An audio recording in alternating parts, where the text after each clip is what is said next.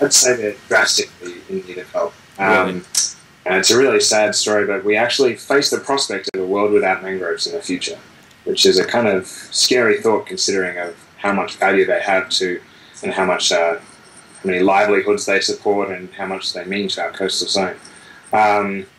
I think there was a recent study came out that showed that 30% of the world's mangroves have been lost in the last 30 years. So that's a rapid rate of decline. And that's slightly steeping up, but that's 1% a year of our forests, mangrove forests, are disappearing. Right.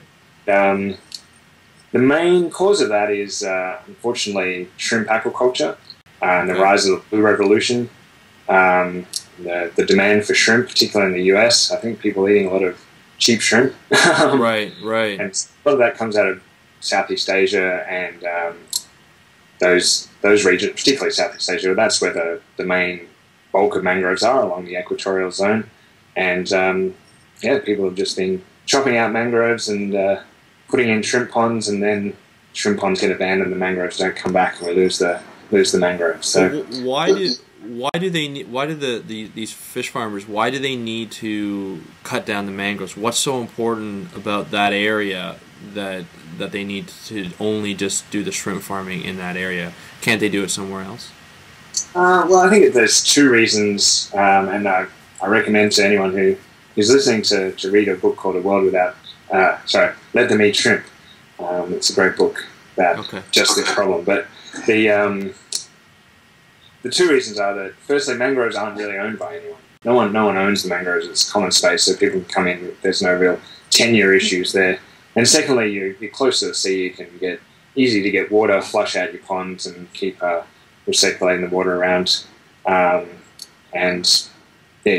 on the edge. So if you had it further back, you'd be moving into other zones that are productive for, say, rice, or it's owned by someone. Right. So it's easier just to cut down something that doesn't belong to anybody. And instead of encroaching on somebody else's land. Yeah, I think that's it. Okay. Now, do the farmers, or even where this happens, to the countries, do they realize the impact of a habitat without, or a coastline without mangroves? Are they aware of that? I think they're starting to realize it. There's some big coastal problems happening. I was recently in Vietnam, where large amounts of the Mekong Delta are just washing away into the sea, because all that's left of the mangroves is this thin green line, and that's just not able to provide the coastal defense that they used to have. And so now with the delta's sinking and seas rising, the coast is just washing away. And that's, in a 100-kilometre stretch of coast, 40 villages are directly impacted by the sea now. So people are starting to see the real impact of this, and there's obviously moves on an international front to stop this. But that's what's happening in Southeast Asia. But in other countries, there's mangroves are pretty well protected. I mean, Australia, mangroves are protected plants in most states, and I think in the US as well. In a lot of countries, there's laws and legislation against removing mangroves, but it still happens, as you know. Right. So where are the bulk of the mangroves? Where are they? Like, is it in Southeast Asia? Is it in Australia? Do you know where the largest sort of portion of mangroves exists?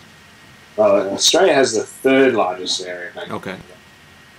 The second largest is Brazil. I'm just trying to think of where the first largest is.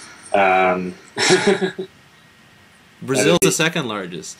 Yeah, there's a lot of mangroves in Brazil. Really? So. Okay. And how are they? Like, what is the state in Brazil? Like a South American country. We know Australia is protected. Brazil always has.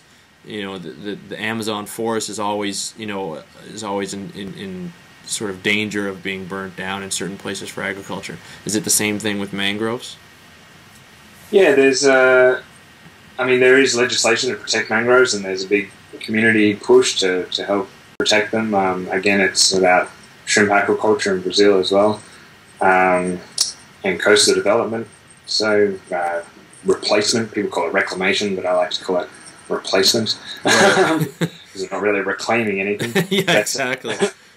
The government, obviously on a national scale, there's international pressure and also local pressure to protect mangroves, but I mean, it depends on the local government about what's being done, I think.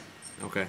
Is there a large movement not only to monitor mangroves but also to restore mangroves in certain areas? I know, for instance, the Reef Ball Foundation at one point had a program where they were restoring mangroves using reef balls. But do you know of any other program that uses, that restores mangroves in certain places, like say in shrimp farms that have been abandoned? Oh, definitely. There's hundreds of organizations, NGOs around the world that are planting mangroves, particularly since the 2004 tsunami. There was a big focus on restoring mangroves along coastline for shoreline protection. Right. Now with their value as carbon stores as well, so for programs like RED and those sort of carbon trading schemes coming in, people are pushing mangrove restoration as well. So there's a number of large organizations that are planting mangroves, but I don't think just planting mangroves is going to cut it, unfortunately. If we're really going to keep up with the rate of loss, then we'd have to be planting like 30,000 hectares a day or something. And that most planting fails because it's not done in a sustainable way. How is it not done in a sustainable way? Like what's the problem? Is it just it's too much of clear cutting? It's sort of like a forest when they clear cut to restore the forest the way it was will take too much time? Is that a lot of the projects about restoration of mangroves is just simply focused on planting, but you actually need to restore the hydrology and the I guess the soil chemistry is linked into restoring the hydrology so that you can have regeneration of mangroves. And mangroves, once the conditions are right, they'll restore themselves. They produce thousands and thousands of propagules that just float around in the sea, and once they land somewhere that they like, they'll grow. So I think the attention on planting is the wrong kind of focus there. We need to start looking at restoring areas to encourage mangroves back and protecting the areas that we've got. Okay. And, I should also just point out there too that we've lost 30% of the world's mangroves, but that doesn't even include the amount of area that we've degraded, right? So there's a number of other factors that in areas where, like Australia, I mean, we deal with this all the time, where mangroves haven't been cut down. We haven't lost large areas of mangroves, but we are degrading them at an indirect basis. So things like chemical pollution, herbicides, and altered hydrology for building roads across mangrove areas and dams in estuarine weirs and estuarine areas, and boat wash and so shoreline erosion and coastal development. Those kind of things are also having an impact on mangroves around the world, and they markedly reduce the functionality and our capacity to get our ecosystem services of what we use mangroves for. So, and that's something that's not even on sort of anyone's radar at a global scale yet, I don't think. Right. So we're looking at areas, degrading sort of the soil chemistry of mangroves that really create the mangroves, and also altering the hydrology. So essentially altering the landscape enough where the hydrology is out of whack, and then eventually the mangroves will die off, or it won't be as strong, and then you'll lose the system entirely. I think we change the environment that we live in. That's what we do.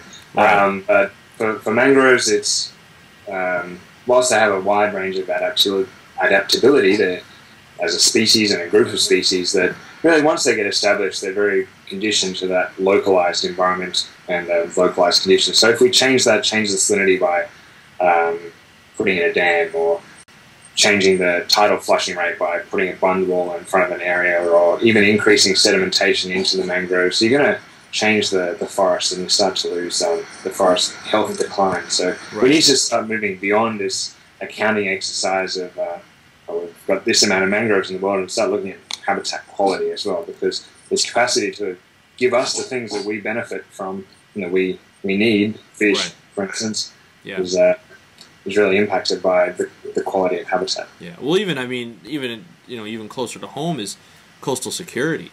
You look at you mentioned the 2004 tsunami. I mean, I remember reading reports on that saying that where there were mangroves intact, that coastal area did not get as much damage as those where the mangroves weren't intact. Even whether they were present or not, even if they were in a degraded state, that area got hit harder than the ones that were in a healthy state. So we have to start. I think, and it's important to say, like, you know, you mentioned, you know, building dams and new roads and things like that. A lot of the times, you know, when these projects are going on, some sort of environmental assessment is done, but it's done on a very coarse scale, and we don't realize how sensitive some of these habitats are, like mangroves. You know, you mentioned a lot of things that we can alter to really throw this system out of whack, and you know, just even throwing one off, you know, can really degrade the system and harm that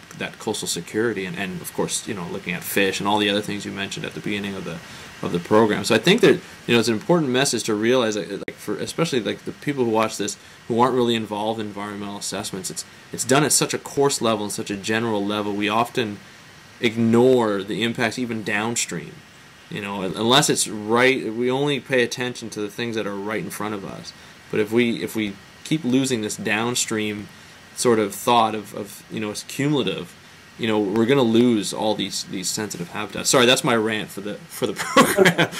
I mean, here we've got it's now shown that herbicides impact mangroves and coral reefs and seagrass. Yeah.